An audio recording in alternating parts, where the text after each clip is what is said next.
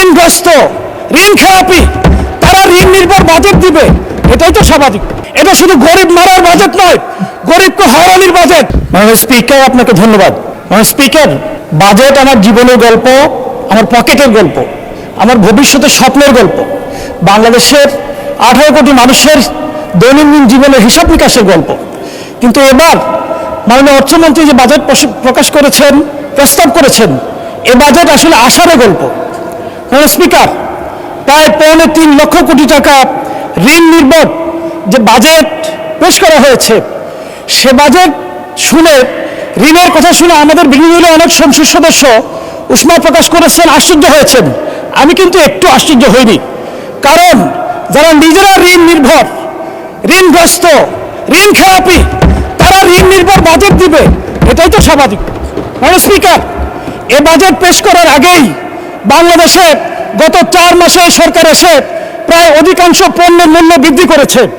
এ budget পেশ করার আগেই 14টি ভোগ্য পণ্য সহ প্রায় বড় বড় যে পণ্যগুলো মানুষ নিত্যদিন ব্যবহার করে, সেগুলো মূল্য বৃদ্ধি পেয়েছে। এবার বাজেট পেশ করার 7 দিন আগে বিদ্যুতের মূল্য বৃদ্ধি করা হয়েছে, 10 দিন আগে জ্বালানি তেলের মূল্য বৃদ্ধি করা হয়েছে, কিছুদিন আগেই এলপিজি গ্যাস 1200 টাকা থেকে 1940 টাকা বৃদ্ধি করা হয়েছে। মাননীয় স্পিকার, জ্বালানি তেলের মূল্য বৃদ্ধি, গ্যাসের মূল্য বৃদ্ধি, একই সাথে নিত্য প্রয়োজনীয় মূল্য বৃদ্ধির পাশাপাশি পরিবহন ভাড়া আকস্মিকভাবে এত বেশি বৃদ্ধি পেয়েছে, এটা বাংলাদেশের ইতিহাসে সর্বকালের সকল রেকর্ডকে ছাড়িয়ে গেছে। মাননীয় স্পিকার, বাংলাদেশের মানুষ খুব আশা নিয়েছিল এই বাজেট পেশের মধ্য দিয়ে এই মূল্য বৃদ্ধিকৃত পণ্যের মূল্য হ্রাস পাবে, কিন্তু এই বাজেট বাংলাদেশের মানুষকে হতাশ করেছে। মাননীয় স্পিকার, একই সাথে এই বাজেটে বিশেষভাবে কিছু পণ্যের উপর নতুন করে করারোপ করা হয়েছে, যাতে এই পণ্যগুলোর মূল্য বৃদ্ধি পেয়েছে। রড ও কাঁচামাল উৎপাদনে কর এবং ভ্যাট হিসেবে 10% নতুন কর বৃদ্ধি করা হয়েছে, যাতে রডের মূল্য বৃদ্ধি পেয়েছে, ইস্পাত এবং টিনজাত পণ্যের মূল্য বৃদ্ধি পেয়েছে। সাবান এবং শ্যাম্পুর কাঁচামালের উপর ভ্যাট অব্যাহতি কমিয়ে আনার কারণে ইতিমধ্যে এই দুটি পণ্যের মূল্য ইতিমধ্যে বৃদ্ধি পেয়েছে। মাননীয় স্পিকার, বাংলাদেশ গরিবের দেশ, বাংলাদেশ সমৃদ্ধির পথে যাত্রার দেশ, কিন্তু এই বাজেটকে অনেকে বললো, আমি শুধুমাত্র এটাকে গরিব মারার বাজেট হিসেবে বলতে চাই না। এটা শুধু গরিব মারার বাজেট নয়, গরিবকে হয়রানির বাজেট। কোটি কোটি খুচরা ব্যবসায়ীদের জন্য এক হয়রানির নাম করা হয়েছে 0.2% অগ্রিম কর স্থাপন করার মধ্য দিয়ে। এই করের মধ্য দিয়ে এই সরকার নতুন করে আমাদেরকে স্মরণ করিয়ে দেয় সেই 76 মনন্তরের কথা।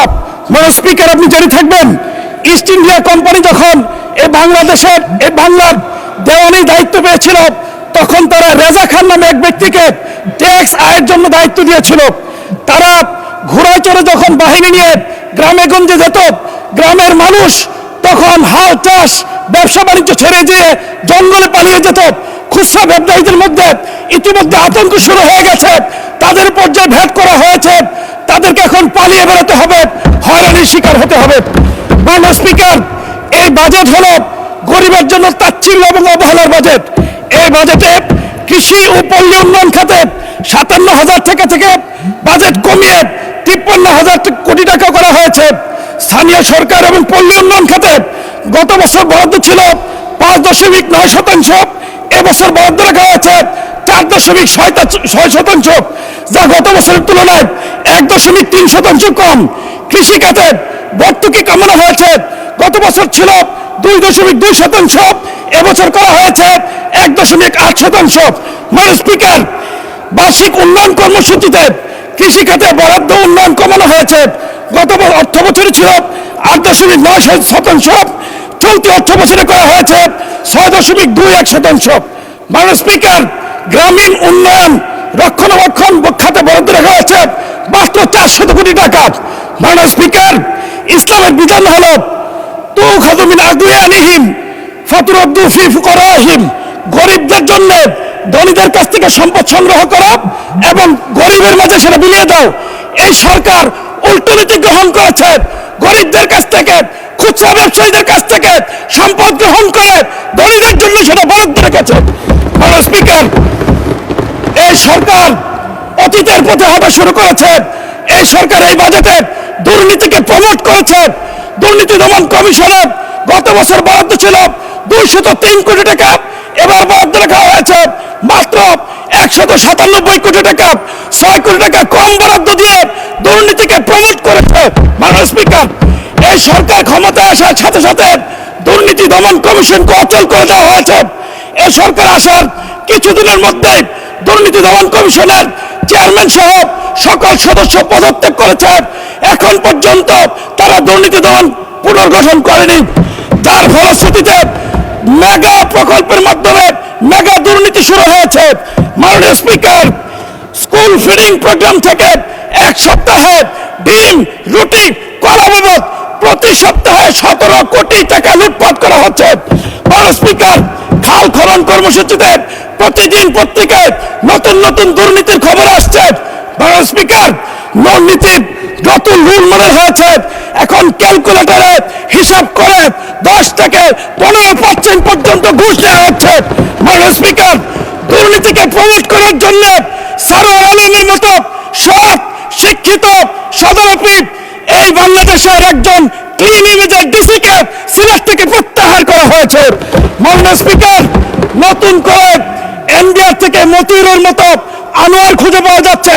মতিউরের ছিল 500 কোটি টাকার দুর্নীতি, আনোয়ারের দুর্নীতি পাওয়া গেছে 900 কোটি টাকা। মাননীয় স্পিকার, বাংলাদেশ রেস্টুরেন্ট ওনার্স অ্যাসোসিয়েশনের মালিক তিনি বলেছেন, যে এনবিআর বাজেট প্রণয়নে যুক্ত থাকে, যে এনবিআর করারূপ করে, যে এনবিআর ভোট করে, সেই এনবিআর যে পরিমাণ দুর্নীতি করে সেটা যদি না হয় তাহলে বাংলাদেশে বাজেটে বলতে হবে না।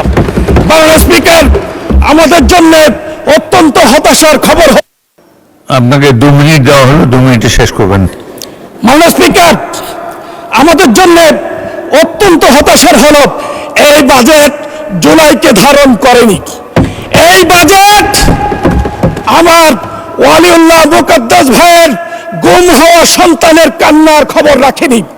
গুম কমিশনের জন্য এই বাজেট 1 টাকা বরাদ্দ রাখেনি।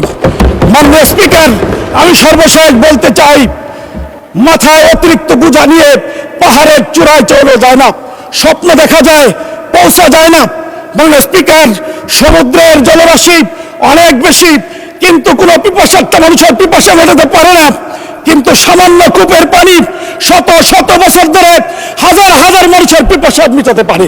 সুতরাং বাজেট ধরে হলেই চলবে না। ঋণ নিয়ে কোটি টাকা বরাদ্দ রাখার মধ্যে বাজেট নয়।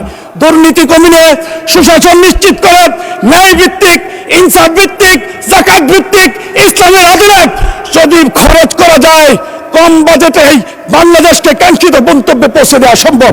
মাননীয় স্পিকার, আমি আমার প্রিয় এলাকাবাসী কাপাসিয়ার জন্য কিছু কথা বলতে চাই। কাপাসিয়ায় জাতীয় ফল কাঁঠাল সহ আনারস এবং কাপাসিয়া উৎপাদিত ফল সংরক্ষণ করার জন্য আধুনিক হিমাগার নিশ্চিত করা দরকার। মাদক, সন্ত্রাস, চাঁদাবাজি এবং কিশোর গ্যাং রুখতে বিশেষ যৌথ অভিযান পরিচালনার জন্য বিশেষ বরাদ্দ দাবি করছি। কাপাসিয়াকে শিল্প বন্ধক করতে অবকাঠামো উন্নয়নে আমি বিশেষ বরাদ্দ দাবি করছি। ট্রমা সেন্টার এবং মাদক নিরাপদ কেন্দ্র প্রতিষ্ঠার জন্য মাননীয় স্পিকার, আপনার কাছে আমি আপনার মাধ্যমে মাননীয় মন্ত্রীর কাছে বিশেষ বরাদ্দ দাবি করছি। রাজেন্দ্রপুর থেকে টুক পর্যন্ত হাইওয়েকে 4 লেনে উন্নীত করার জন্য বিশেষ বরাদ্দ দাবি করছি। নরুন থেকে চেরাগালি মোড় হয়ে কাপাসিয়া পর্যন্ত এই রাস্তাকে 4 লেনে উন্নীত করার জন্য বিশেষ বরাদ্দ দাবি করছি। ধন্যবাদ মাননীয় সদস্য।